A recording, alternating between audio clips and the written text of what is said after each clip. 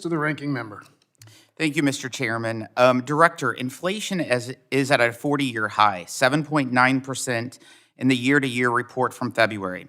Fed Chairman Powell has now said that when it comes to the inflation crisis transitory, which the administration has done repeatedly, he says, quote, "I think it's probably a good time to retire that word," close quote. I could not agree more.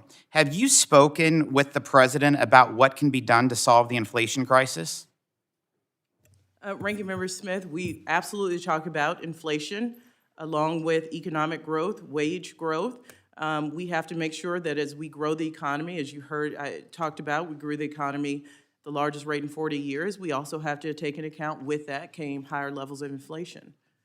So it's very concerning. I'm glad that you have spoken to the president about inflation. What's concerning is this budget proposal projects starting today that inflation will be at 2% for the next 10 years. Because the first year you say 4.7%, but already for the year it's over 8%. So it would have to be 2% every month for the rest of the year to meet those averages, plus 2% for the next 9 years.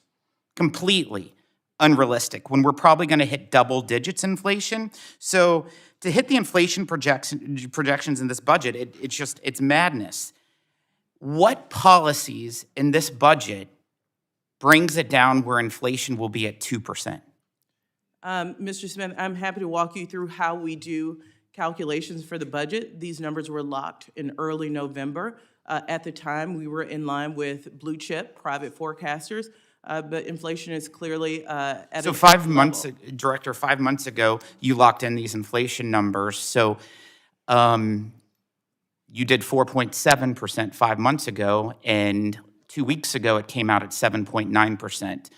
You guys were off by almost double in that 5-month span. I just want to know, what policies do you all have in this proposal? Because spending $73 trillion just seems like it's only going to fuel the inflation fire. So I'd like to know how you're going to help the people of Southern Missouri to be able to afford food on their table, clothes on their backs, and gasoline in their cars. Yeah, I'm sure you have paid close attention to the president's plan on dealing with competition in the private sector and also improving supply chain challenges, which are global in nature. I'd also point out that inflation is a global trend.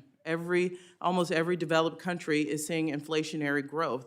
What that tells us is that we have a global issue. It's not one bill, one country, specific policies. This is something all major countries are facing coming out of the pandemic. So I would be curious, does the president believe spending $73 trillion over the next 10 years will reduce inflation or increase inflation? The president believes the fiscally responsible thing to do is to pay for our proposals. That is why you see this budget bring down deficits over the 10-year period by over $1 trillion. Wow, Director.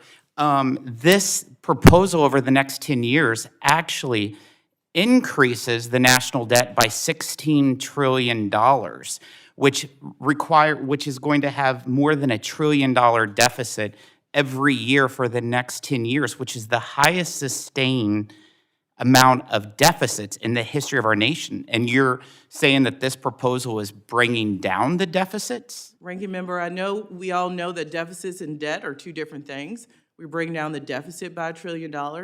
The debt rises, as many of you know, because of entitlements. What this president is now going to do is put forth proposals to cut benefits for our seniors in this country. You know, I think that we all care about our seniors, Social Security and Medicare.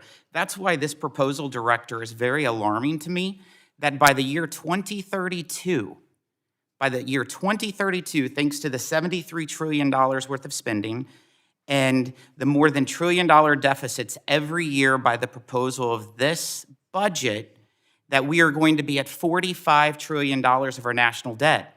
But just paying interest on that national debt is going to cost us $1.1 trillion just on interest, which means that will now be the third largest program that we have to pay for in our entire government, behind Medicare and Social Security.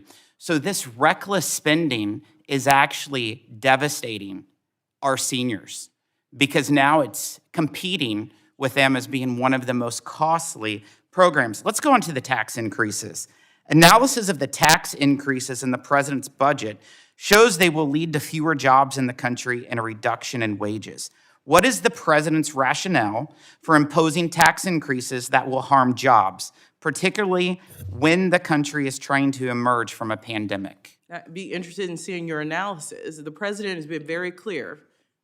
He will not subscribe to trickle-down economics. He believes that we should invest in the middle class, those working to get to the middle class, and he has a policy, and this budget follows it, not to raise taxes over for anyone making less than $400,000. In this proposal, you allow expiration of the Tax Cut and Jobs Act, correct? Yes. And so by expiration of the Tax Cut and Jobs Act, that is going to raise taxes on every average day American by $2,000 a year. And those are people making less than $100,000 a year. So in fact, this budget does that. It also increases taxes on gasoline and fossil fuels by $45 billion over the next 10 years. And like I said, the people of southern Missouri, they're struggling to put gas in their car when gasoline has gone up 79% since Joe Biden took the oath of office here. And what is his solution in this budget? To only increase taxes more on their gasoline, driving up the $4.50 a gallon per gas to $5, $6. How do you respond to that? Easily. I think it was a bipartisan interest here to ensure that we countered Russian aggression as strongly as possible. And the president reminded the American people with that would come possibly higher gas prices, and that has happened. He has been very clear with the American people that a strong response could possibly cause this to happen. Since Russian aggression, gas has gone up about $1.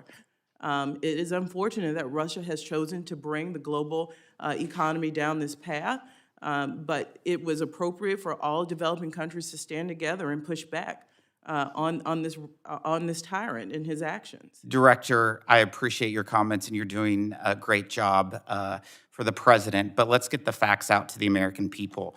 On his first week in office, President Biden did executive orders to eliminate the Keystone XL pipeline that allowed us to purchase energy from our neighbors in Canada, also freezing new oil and drilling on federal lands.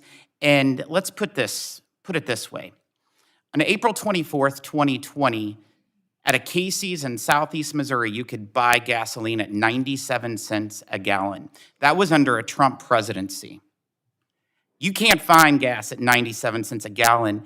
In 2020, we were energy independent. We were exporting energy in this country. But under the direct policies of President Biden and the Democrat-controlled Congress, they reversed those policies to make us energy dependent on Russia, on Venezuela, on people who love to burn our flag. And it's so unfortunate this budget proposal only wants to tax the energy industry more to make it harder on everyday Americans. And the Americans are going to see it. I am interested. There was $1.9 billion that was in this most recent omnibus bill that's been carried over to finish the border wall. Is this administration going to finish the border wall? Just so we're clear, the $1.9 billion wasn't rescinded. New money was not provided. The administration had a policy asking Congress to rescind that funding from 2021. Congress did not. But Congress did not provide additional money. And we are spending, as GAO has told this committee and others, that OMB, the president, the administration is acting within the bounds of the Empowerment and Control Act, and we are spending, obligating prudently. So this administration just continues to withhold the $1.9 billion that was appropriated several Congresses ago that has stayed in the account? Thankfully, GAO has agreed that we are obligating prudently under the law.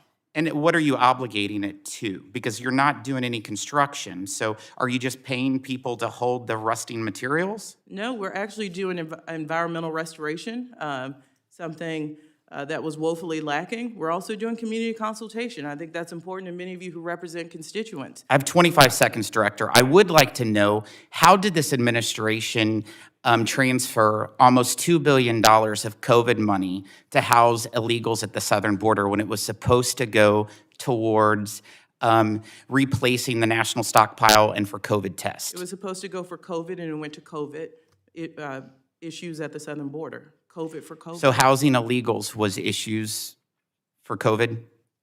We had to test people immigrating into this country, and we also had to socially distance children who could not be close to each other due to COVID. Would love that documentation, Director, along Here's with a binder answers, we have provided to Congress full of COVID information, and answers to our 40 letters that are hanging out there to the including, administration. before Budget Day, asking what was in the budget. But thank you so much. Thank you. Gentleman's time has expired. I now recognize the gentleman from Pennsylvania.